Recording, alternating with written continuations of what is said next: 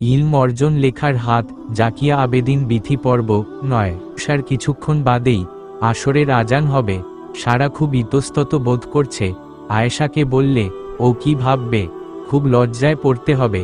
ধুর, কি যে করি, নাকি পড়ে একটা নামাজ শিক্ষা বই কিনে এনে শিখে নিব। কিন্তু এখন কি করব? আমি তো আগের তুলনায় অনেক সুস্থ। আয়েশা নামাজ আদায় করবে আর আমি করব না, এটা কেমন দেখায়? আর আয়েশাই বাকি বলবে তখন। কি যে করি? আয়েশা বলল, কিরে, কি এত ভাবছিস? সারা বলল, না তেমন কিছু না, এমনি। আয়েশা বলল, দেখে কেমন যেন লাগছে তোকে। কিছু জানতে চাইলে বল আমাকে, ইতস্তত হবার কিন্তু কিছু নেই। সারা বলল, জানি না তুই কি ভাববি তাই। আয়েশা বলল, আরে তোর তো এখন জানার সময়। লজ্জা বা ইতস্তত বোধ করলে জানার আগ্রহটা হারিয়ে যাবে, ফলে যাতাই রয়ে যাবি। সারা বলল, আসলে আমি নামাজ পড়তে পারি না। কোনোদিন নামাজ পড়েছি বলেও মনে পড়ে না। একটা সময় নামাজ পড়ব বলে কয়েকটা সূরা মুখস্থ করেছিলাম, এখন ঠিক করে তাও মনে নেই। আয়েশা বলল, আরে তাতে ইতস্ততের কি আছে?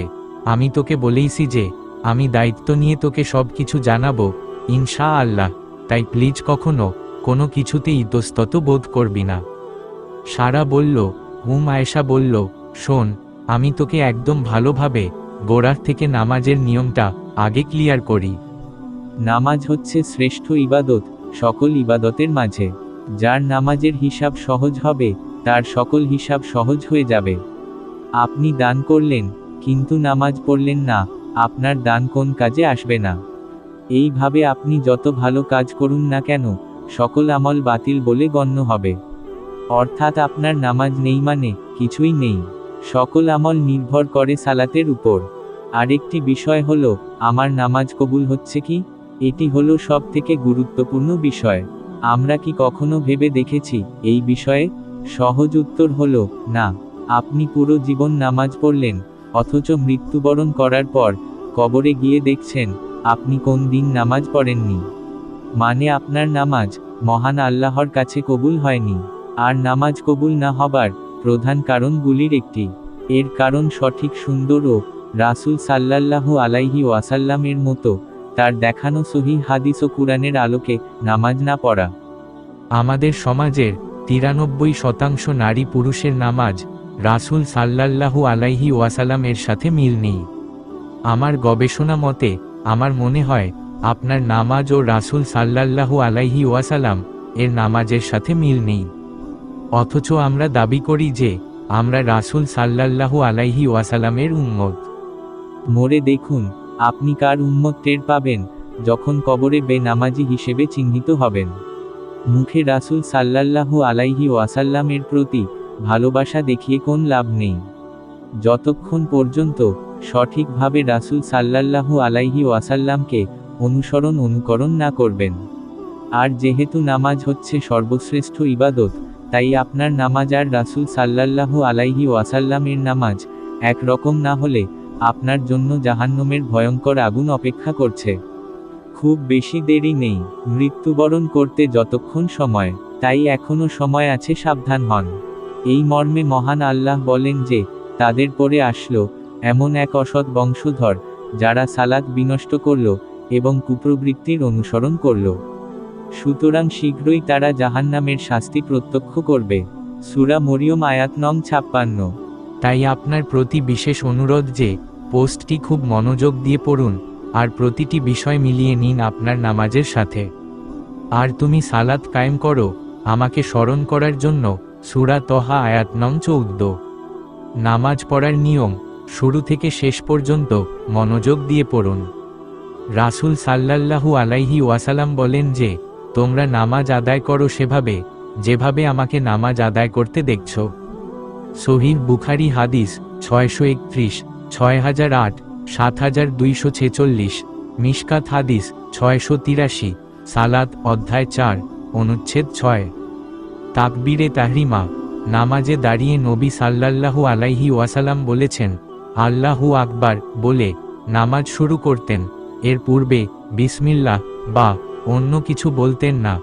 রাসূল সাল্লাল্লাহু আলাইহি ওয়াসাল্লাম বলেন, ততক্ষণ পর্যন্ত কোন মানুষেরই নামাজ পূর্ণ হবে না, যতক্ষণ পর্যন্ত না সে ঠিক যথার্থ রূপে অজু করেছে, অতঃপর আল্লাহু আকবার বলেছে। হস্তবন্ধন, হাত বাঁধার নিয়ম। এরপর নবী সাল্লাল্লাহু আলাইহি ওয়াসাল্লাম বলেছেন, তার ডান হাতকে বাম হাতের উপর রাখতেন। মুসলিম, আবু দাউদ, আলবানী 352 নং। কখনো বা ডান হাত দ্বারা বাম হাতকে ধারণ করতেন। আবু দাউদ, সুনান 726 নং, নাসাই, সুনান, তিরমিজি, সুনান 252। হাত রাখার জায়গা, হাত কোথায় বাঁধতে হবে। এরপর মহানবী সাল্লাল্লাহু আলাইহি ওয়াসাল্লাম উভয় হাতকে বুকের উপর রাখতেন। আবু দাউদ, সুনান 759 নং, সহিহ 479 নং। তবে যদি কেউ বুকের নিচে হাত বাঁধে তবেও নামাজ হবে। সাজদার স্থানে দৃষ্টি রাখা ও একাগ্রতা। নাবী সাল্লাল্লাহু আলাইহি ওয়াসাল্লাম নামাজ অবস্থায় মাথা নিচু করে জমিনের দিকে দৃষ্টি রাখতেন। তিনি যখন কাবা ঘরে প্রবেশ করেন তখন থেকে বেরিয়ে আসা পর্যন্ত তার দৃষ্টি সাজদার স্থানচ্যুত হয়নি, অর্থাৎ নামাজ অবস্থায় সিজদার স্থানে দৃষ্টি রাখতে হবে। নামাজ অবস্থায় এদিক ওদিক তাকানো নিষেধ। যারা নামাজ অবস্থায় আকাশের দিকে তাকায় তারা যেন এ থেকে বিরত হয়, অন্যথায় তাদের চক্ষু ফিরে পাবে না। অপর বর্ণনানুযায়ী তাদের চক্ষু কেড়ে নেওয়া হবে। তোমরা যখন নামাজ পড়বে তখন এদিক সেদিকে তাকাবে না, কেননা বান্দা যতক্ষণ পর্যন্ত এদিক সেদিকে না তাকায় ততক্ষণ পর্যন্ত আল্লাহ তার চেহারাকে বান্দার চেহারার প্রতি নিবন্ধ রাখেন। তিরমিজি, হাকিম তারা উভয়ই একে সহিহ বলেছেন। সহিহ আত তারগিব 353। সানা পাঠ করা। এরপর সানা পড়তে হবে। হাদিস থেকে আমরা 4টি সানা দেখতে পাই, যে কোন একটি পড়তে হবে। আবু দাউদ, সুনান 857 নং, আবু সাঈদ ও আয়েশা রাদিয়াল্লাহু তাআলা আনহা বলেন, আল্লাহর রাসূল সাল্লাল্লাহু আলাইহি ওয়াসাল্লাম নামাজের শুরুতে এই দোয়া পাঠ করতেন। উচ্চারণ: সুবাহা নাকাল্লুহুম্মা অবিহামদিকা ও আতাবা রাকাসমুকা ও আতালা জাদ্দুকা ও আলা ইলাহা গয়রুক। অর্থ: তোমার প্রশংসার সাথে তোমার পবিত্রতা বর্ণনা করি হে আল্লাহ। তোমার নাম অতি বরকতময়, তোমার মাহাত্ম্য অতি উচ্চ, এবং তুমি ছাড়া কোন সত্য উপাস্য নেই। আবু দাউদ, সুনান 776, তিরমিজি, সুনান ইবনে মাজাহ, সুনান 806। কিরাত শুরু করার পূর্বে ইস্তিহাজা। এই বিষয়ে অধিকাংশ মুসলিম রাসূল সাল্লাল্লাহু আলাইহি ওয়াসাল্লামের অনুসরণ করে না। সানা পড়ে আউযুবিল্লাহি মিনাশ শাইতানির রজিম, বিসমিল্লাহির রহমানির রহিম বলে ফাতিহা পাঠ করবে, এবং অন্যান্য রাকাআতে কেবল বিসমিল্লাহির রহমানির রহিম বলবে। সূরা ফাতিহা পাঠ করা। এই সূরা তিনি থেমে থেমে পড়তেন। বিসমিল্লাহির রহমানির রহিম পড়ে থামতেন, অতঃপর আলহামদুলিল্লাহি রব্বিল আলামিন বলে থামতেন, আর অনুরূপ প্রত্যেক আয়াত শেষে থেমে থেমে পড়তেন। আবু দাউদ, সুনান, হাকেম, মুস্তাদরাক, গালিল, আলবানী 343 নং। ভাবতেই অবাক লাগে যে আমরা অধিকাংশ মুসলিম এই হাদিসের উপর আমল করি না। সূরা ফাতিহার পর অন্য সূরা পাঠ করা। নবী সাল্লাল্লাহু আলাইহি ওয়াসাল্লাম অন্য একটি সূরা পাঠ করতেন। আবু সাঈদ খুদরি রাদিয়াল্লাহু তাআলা আনহু বলেন, আমাদেরকে আদেশ করা হয়েছে যে আমরা যেন সূরা ফাতিহা এবং সাধ্যমতো অন্য সূরা পাঠ করি। আবু দাউদ, সুনান 818 নং। যে কোন সূরা পাঠ করতে পারবে, কোন সমস্যা নেই। আবু হুরাইরা রাদিয়াল্লাহু তাআলা আনহু বলেন, আল্লাহর রাসূল সাল্লাল্লাহু আলাইহি ওয়াসাল্লাম আমাকে এই ঘোষণা করতে আদেশ করলেন যে সূরা ফাতিহা এবং অতিরিক্ত অন্য সূরা পাঠ ছাড়া নামাজ হবে না। ওই 820 নং। প্রত্যেক সূরা পাঠ করার পূর্বে বিসমিল্লাহির রহমানির রহিম বলা সুন্নত। আবু দাউদ, সুনান 784, 788 নং। যদি ফরজ নামাজ 3 বা 4 রাকাত বিশিষ্ট হয়, তাহলে প্রথম 2 রাকাতে সূরা ফাতিহার সাথে অন্য সূরা পড়বে, আর বাকি 1 বা 2 রাকাতে শুধু সূরা ফাতিহা পড়বে। আর সুন্নত বা নফল নামাজে প্রতি রাকাতে সূরা ফাতিহার সাথে অন্য সূরা পড়তে হবে। আর যদি সুন্নত বা নফল নামাজ হয়, তাহলে 4 রাকাতেই সূরা ফাতিহার সাথে একটি করে সূরা পড়তে হবে। রুকু ও তার পদ্ধতি। আপনি যদি একটু খেয়াল করে কারো নামাজ পড়া দেখেন, তাহলে দেখবেন যে তার রুকুর পদ্ধতি হাদিসের সাথে মেলে না। হয়তো আপনিও তাদের একজন, তাই ভালো করে পড়ুন আর মেলান। মহানবী সাল্লাল্লাহু আলাইহি ওয়াসাল্লাম বলেছেন, তোমাদের মধ্যে কারো নামাজ ততক্ষণ পর্যন্ত সম্পূর্ণ হবে না যতক্ষণ পর্যন্ত না সে উত্তম রূপে ওযু করে, অতঃপর তাকবীর দিয়ে রুকু করে এবং উভয় হাঁটুর উপর হাত রেখে তার হাড়ের জোড়গুলো স্থির ও শ্রান্ত হয়ে যায়। আবু দাউদ সুনান 857, নাসাই সুনান, হাকেম মুস্তাদরাক। হাত দ্বারা হাঁটুকে শক্ত করে ধরতেন। বুখারী মিশকাত 792 নং, হাতের আঙ্গুলগুলোকে খুলে ফাঁক ফাঁক করে রাখতেন। আবু দাউদ সুনান 809 নং। এই সময় তিনি তার পিঠকে বিছিয়ে লম্বা ও সোজা রাখতেন। কোমর থেকে পিঠকে মচকে যাওয়া ডালের মতো ঝুঁকিয়ে দিতেন। বুখারী 828, বাইহাকি মিশকাত 792 নং। তার পিঠ এমন সোজা ও সমতল থাকত যে যদি তার উপর পানির গ্লাস রাখা হতো তাহলে তা কোন দিকে গড়িয়ে পড়ে যেত না। আহমাদ মুসনাদ 1/124, ইবনে মাজাহ সুনান 872। রুকুতে তিনি তার মাথাকেও সোজা রাখতেন। পিঠ থেকে মাথা না নিচু হতো না উঁচু।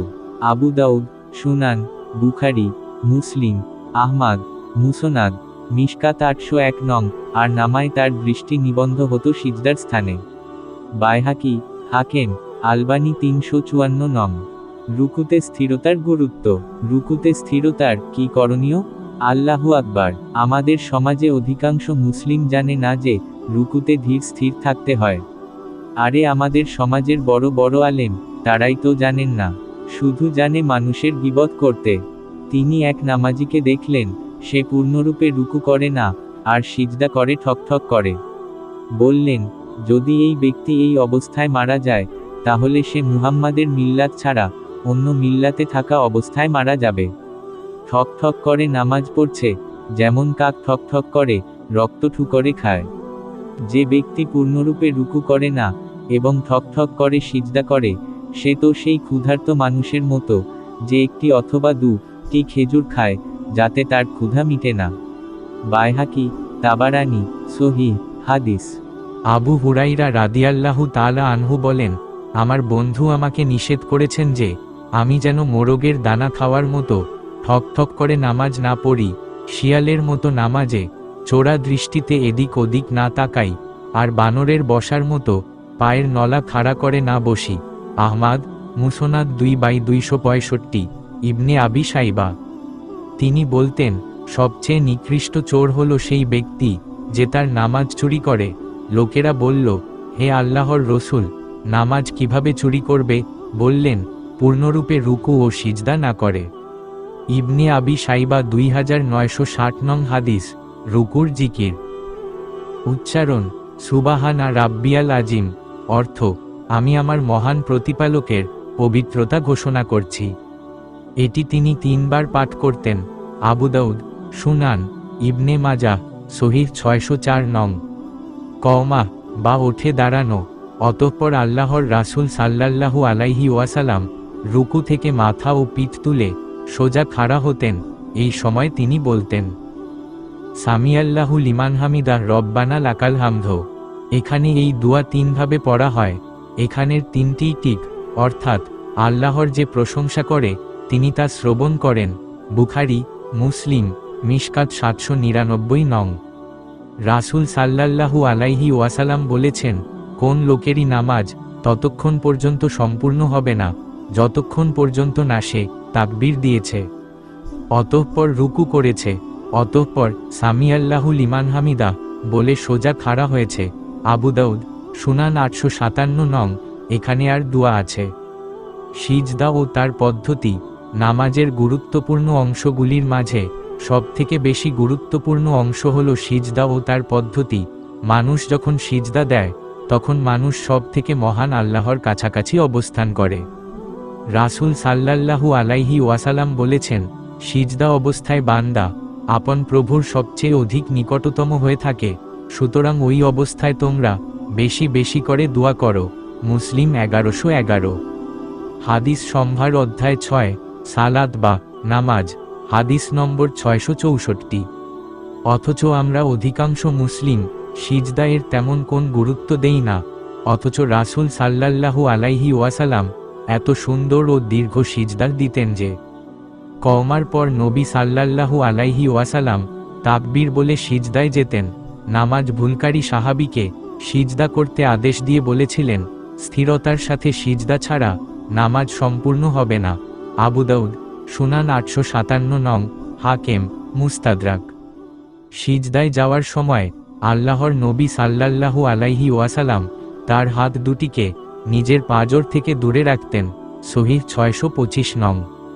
এ সময় সর্বপ্রথম তিনি তার হাত দুটিকে মুসাল্লায় রাখতেন, তারপর রাখতেন হাঁটু। এ ব্যাপারে বর্ণিত হাদিসগুলি অধিকতর সহিহ। আবু দাউদ, সুনান 746, সহিহ নাসাই, সুনান 1044, মিশকাত 899। প্রথমে হাঁটু রাখার হাদিসও বহু উলামার নিকট শুদ্ধ, তাই তাদের নিকট উভয় আমলই বৈধ। সুবিধামতো হাত অথবা হাঁটু আগে রাখতে পারে নামাজি। ফাতাওয়া ইবনে তাইমিয়াহ 22-449, ফাথুল বারি ইবনে হাজার 2-291। তিনি বলতেন, হাত দুটিও সিজদাহ করে যেমন চেহারা করে, সুতরাং তোমাদের মধ্যে কেউ যখন সিজদার জন্য নিজের চেহারা মুসাল্লায় রাখবে তখন যেন সে তার হাত দুটিকেও রাখে, এবং যখন চেহারা তুলবে তখন যেন হাত দুটিকেও তোলে। আহমাদ, মুসনাদ, আলবানী 313 নং। সিজদা করার সময় তিনি উভয় হাতের উপর ভর দিতেন এবং হাতের তালু দুটিকে বিছিয়ে রাখতেন। আবু দাউদ, সুনান, হাকেম, আলবানী 141 পৃষ্ঠা। হাতের আঙ্গুলগুলোকে মিলিয়ে রাখতেন এবং কেবলা মুখে সোজা করে রাখতেন। আবু দাউদ, সুনান 732 নং। হাতের তালু দুটিকে কাঁধের সোজাসুজি দুই পাশে রাখতেন, কখনো বা রাখতেন দুই কানের সোজাসুজি। আবু দাউদ, সহিহ। কপালের সাথে নাকটিকে ও মাটি বা মুসাল্লার সঙ্গে লাগিয়ে দিতেন। আবু দাউদ, আলবানী 309 নং। তিনি বলতেন, সে ব্যক্তির নামাজই হয় না যে তার কপালের মতো নাককেও মাটিতে ঠেকায় না। তাবারানী।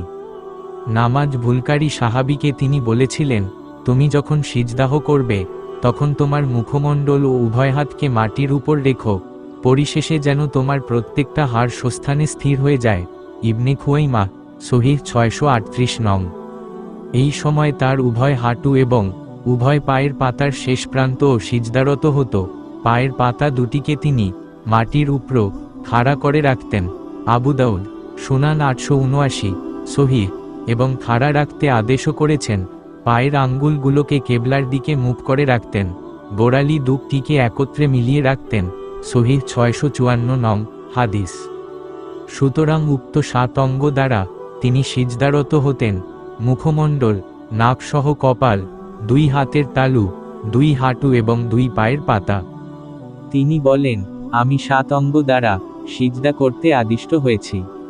কপাল, আর কপাল বলে তিনি নাকেও হাত ফিরান, দুই হাতের তালু, দুই হাঁটু এবং দুই পায়ের প্রান্তভাগ। বুখারী, মুসলিম, জামে তিরমিজি 1369 নং। তিনি আরও বলেন, বান্দা যখন সিজদা করে তখন তার সঙ্গে তার 7 অঙ্গ সিজদা করে, তার চেহারা, দুই হাতের তালু, দুই হাঁটু ও দুই পায়ের পাতা। মুসলিম, আহমাদ। তিনি বলেন, আমি আদিষ্ট হয়েছি যে রুকু ও সিজদার সময় যেন পরিহিত কাপড় ও চুল না গুটাই। বুখারী, মুসলিম, জামে 1369 নং।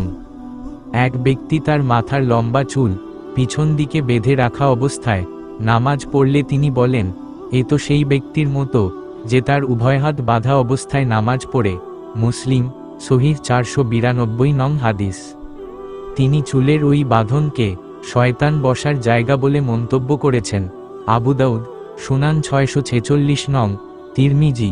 এ ব্যাপারে বিস্তারিত আলোচনা আসছে নামাজে নিষিদ্ধ বা মাকরুহ কর্মাবলী অধ্যায়। এই চুল বাঁধার হাদিস শুধু পুরুষ মানুষের ক্ষেত্রে প্রযোজ্য, নারীর জন্য না।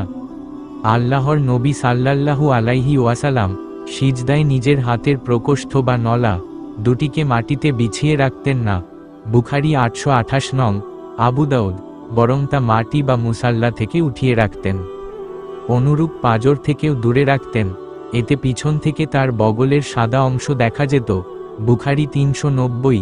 তার হাত ও পাঁজরের মাঝে এত ফাঁক হতো যে কোন ছাগল ছানা সেই ফাঁকে পার হতে চাইলে পার হতে পারত। মুসলিম, আহমাদ, মুসনাদ। সিজদার সময় তিনি কখনো কখনো হাত দুটিকে পাঁজর থেকে এত দূরে রাখতেন যে তা দেখে কত সাহাবী বলেন, আমাদের মনে তার কষ্ট হচ্ছে এই ধারণা করে ব্যথা অনুভব হতো। আবু দাউদ। এ ব্যাপারে তিনি আদেশ করে বলতেন, যখন তুমি সিজদাহ করো তখন তোমার হাতের দুই তালুকে মাটির উপর রাখো এবং দুই কনুইকে উপর দিকে তুলে রাখো। মুসলিম, সহিহ 494 নং। তোমরা সোজাভাবে সিজদাহ করো, তোমাদের মধ্যে কেউ যেন কুকুরের মতো দুই প্রকোষ্ঠকে বিছিয়ে না দেয়। বুখারী 822। মুসলিম, তোমার দুই হাতের প্রকোষ্ঠকে হিংস্র জন্তুদের মতো বিছিয়ে দিও না। দুই হাতের তালু উপর ভর করে ও পাঁজর থেকে কনুই দুটিকে দূরে রাখো। এরূপ করলে তোমার সঙ্গে তোমার প্রত্যেক অঙ্গ সিজদা করবে। ইবনে খুয়াইমা, সহিহ। শয়তান, পশু ও কাফেরদের অনুকরণ করা নিষেধ। আনাস রাদিয়াল্লাহু তাআলা আনহু বলেন, নাবী সাল্লাল্লাহু আলাইহি ওয়াসাল্লাম বলেছেন, তোমরা সোজাভাবে সিজদা করো, তোমাদের মধ্যে কেউ যেন কুকুরের মতো দুই প্রকোষ্ঠ কে বিছিয়ে না দেয়। আহমাদ, বুখারী 822। মুসলিম, আবু দাউদ। হাদিস সম্ভার অধ্যায় 22, নিষিদ্ধ কার্যাবলী, হাদিস নম্বর 2140। সিজদার জিকর ও দুয়া। সিজদায় গিয়ে মহানবী সাল্লাল্লাহু আলাইহি ওয়াসাল্লাম এক এক সময়ে এক এক রকম দোয়া পাঠ করতেন। তার বিভিন্ন দোয়া নিম্নরূপ: সুবাহানা রাব্বিয়াল আলা। অর্থ, আমি আমার মহান প্রভুর প্রশংসা ও পবিত্রতা ঘোষণা করি 3 বার বা ততোধিক বার। আবু দাউদ, সুনান 885 নং। একটি দোয়া দিলাম, আরও অনেক দোয়া আছে। দীর্ঘ সিজদাহ।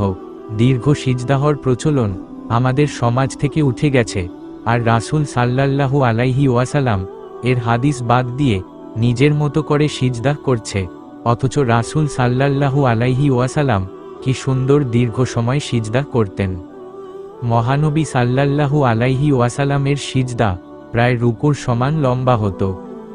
অবশ্য কখনো কখনো কোন কারণে তার সিজদাহ সাময়িক দীর্ঘও হতো। সাদ্দাদ রাদিয়াল্লাহু তাআলা আনহু বলেন, একদা জোহর অথবা আসরের নামাজ পড়ার উদ্দেশ্যে তিনি আমাদের মাঝে বের হলেন।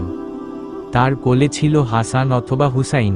তিনি সামনে গিয়ে তাকে নিজের ডান পায়ের কাছে রাখলেন। অতঃপর তিনি তাকবীর দিয়ে নামাজ শুরু করলেন। নামাজ পড়তে পড়তে তিনি একটি সিজদা লম্বা করলেন। ব্যাপার না বুঝে আমি লোকের মাঝে মাথা তুলে ফেললাম। দেখলাম তিনি সিজদা অবস্থায় আছেন, আর তার পিঠে শিশুটি চড়ে বসে আছে। অতঃপর পুনরায় আমি সিজদায় ফিরে গেলাম।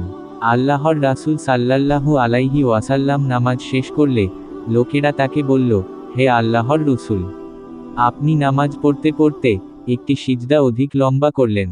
এর ফলে আমরা ধারণা করলাম যে কিছু হয়তো ঘটল অথবা আপনার উপর ওহী অবতীর্ণ হচ্ছে। সিজদার মাহাত্ম্য। তুমি আল্লাহর জন্য অধিক সময় নিয়ে সিজদা করাকে অভ্যাস বানিয়ে নাও, কারণ যখনই তুমি আল্লাহর জন্য একটি সিজদা করবে তখনই আল্লাহ তার বিনিময়ে তোমাকে এক মর্যাদায় উন্নীত করবেন এবং তার দরুন একটি গুনাহ মোচন করবেন। মুসলিম 488 নং। তিরমিজি। সিজদাহ থেকে মাথা তোলা। অতঃপর সিজদার পর নবী সাল্লাল্লাহু আলাইহি ওয়াসাল্লাম আল্লাহু আকবার বলে তাকবীর দিয়ে সিজদা থেকে মাথা তুলতেন আর দোয়া বলতেন। উচ্চারণ: আল্লাহুম্মা গফিরলি, ওয়ারহামনি, ওয়াহদিনি, ওয়াআফিনি, ওয়ারজুকনি।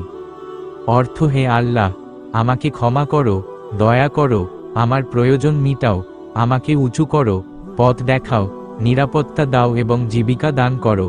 আবু দাউদ, সুনান 850। তিরমিজি। কোন কোন বর্ণনায় উক্ত দুয়ার শুরুতে আল্লাহুমার পরিবর্তে রাব্বি ব্যবহার হয়েছে? ইবনে মাজাহ, সুনান 898 নং। রাব্বিগ ফিরলি, রাব্বিগ ফিরলি। অর্থ: হে আমার প্রভু, আমাকে ক্ষমা করো, হে আমার প্রভু, আমাকে ক্ষমা করো। আবু দাউদ, সুনান 874। দ্বিতীয় সিজদা। অতঃপর আল্লাহু আকবার বলে তাকবীর দিয়ে তিনি দ্বিতীয় সিজদা করতেন। দ্বিতীয় রাকাত। অতঃপর নবী সাল্লাল্লাহু আলাইহি ওয়াসাল্লাম মাটির উপর দুই হাতের তালুতে ভর করে দ্বিতীয় রাকাতের জন্য উঠে খাড়া হতেন। শাফেঈ, বুখারী 824 নং। আর এই নিয়মে বাকি রাকাত নামাজ আদায় করতে হবে। তাশাহুদের বৈঠক। দ্বিতীয় রাকাতের সকল কাজকর্ম শেষ করে মহানবী সাল্লাল্লাহু আলাইহি ওয়াসাল্লাম 2 সিজদার মাঝের বৈঠকের মতো বাম পা বিছিয়ে তার উপর বসে যেতেন এবং ডান পায়ের পাতাকে খাড়া করে রাখতেন। বুখারী, আবু দাউদ, সুনান 731 নং। তাশাহুদের বৈঠকে তর্জনীর ইশারা। তিনি বাম হাতের তালুকে বাম হাঁটুর উপর বিছিয়ে দিতেন, কখনো বাম হাঁটুকে বাম হাতের লোকমা বানাতেন।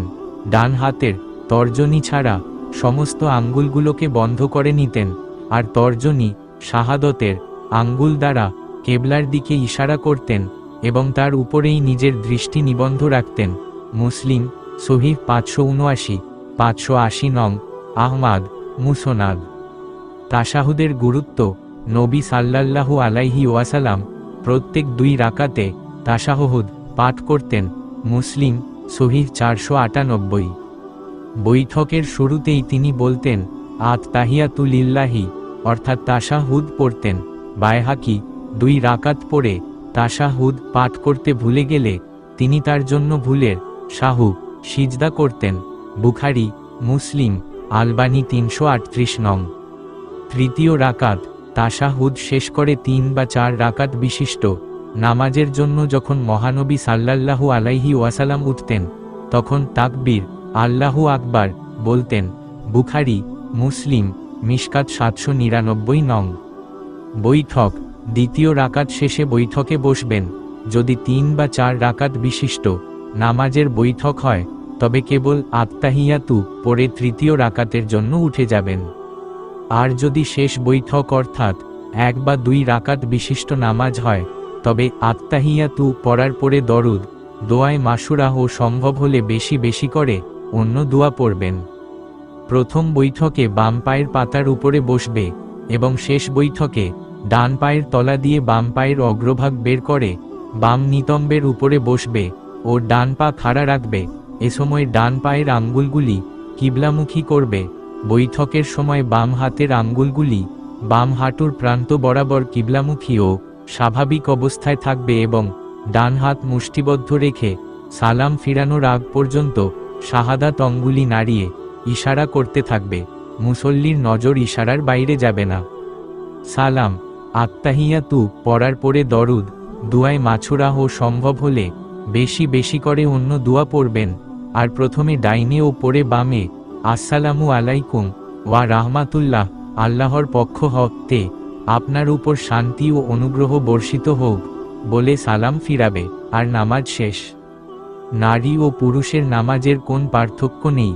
কুরআন ও সহিহ হাদিসের আলোকে পার্থক্য করেছে কিছু মানুষ বিভিন্ন রকম যুক্তি দিয়ে, অথচ নামাজ সম্পর্কে এত বেশি হাদিস আছে, অথচ রাসূল সাল্লাল্লাহু আলাইহি ওয়াসাল্লাম কখনোই বলেননি যে নারী ও পুরুষের নামাজের পার্থক্য আছে, বা এই বিষয়ে কোন হাদিসও নেই।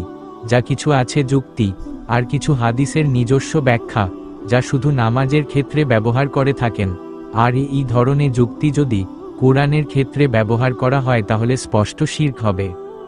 অথচ রাসূল সাল্লাল্লাহু আলাইহি ওয়াসাল্লাম বলেন যে তোমরা সালাত আদায় করো সেভাবে যেভাবে আমাকে সালাত আদায় করতে দেখছো। বুখারী হাদিস 631, 6008, 7246, মিশকাত হাদিস 683, সালাত অধ্যায় -4, অনুচ্ছেদ -6, সূরা আনআম আয়াত নং 116। আর যদি আপনি পৃথিবীর অধিকাংশ লোকের কথামতো চলেন তবে তারা আপনাকে আল্লাহর পথ থেকে বিচ্যুত করবে। তারা তো শুধু ধারণার অনুসরণ করে আর তারা শুধু অনুমান ভিত্তিক কথা বলে। মহান আল্লাহ সবাইকে সঠিক বুঝে আমল করার তৌফিক দান করুন। আমিন। সারা বলল, আলহামদুলিল্লাহ, অনেক অনেক অনেক থ্যাঙ্কস দোস্ত। আয়েশা বলল, থ্যাঙ্কস কেন দিচ্ছিস পাগলি, এটা তো আমার দায়িত্ব। আর হ্যাঁ, যদি থ্যাঙ্কস জাতীয় কিছু বলতেই হয় তাহলে জাজাকিল্লাহু খৈরন বলবি, এতে সওয়াবও পাবি আর আমার জন্য দোয়াও করা হয়ে যাবে। সারা বলল, এর অর্থ তো জানি না। আয়েশা বলল, ও হ্যাঁ, জাজাকিল্লাহু খৈরন অর্থ হলো আল্লাহ আপনাকে উত্তম প্রতিদান দান করুন। আর এর উত্তরে বলতে হয় ওয়া আনতুম ফা জাজাকুমু আল্লাহু খৈরন, এর অর্থ আল্লাহ আপনাকে উত্তম প্রতিদান দান করুন। সারা বলল, ওহ আচ্ছা আচ্ছা, কত সুন্দর রীতি তাই না। অথচ আমরা এসব বিষয়ে অবগত না। আয়েশা বলল, হ্যাঁ রে, আচ্ছা চল, আজান হচ্ছে, দুজনে একসাথে নামাজ আদায় করে নি। সারা বলল, ঠিক আছে চল, চলবে ইনশাআল্লাহ। ইসলামিক গল্প পেতে চ্যানেলটি সাবস্ক্রাইব করে রাখুন, যাতে নতুন ভিডিও সবার আগে পেতে পারেন। গল্পটি কেমন লাগলো জানাবেন। আসসালামু আলাইকুম।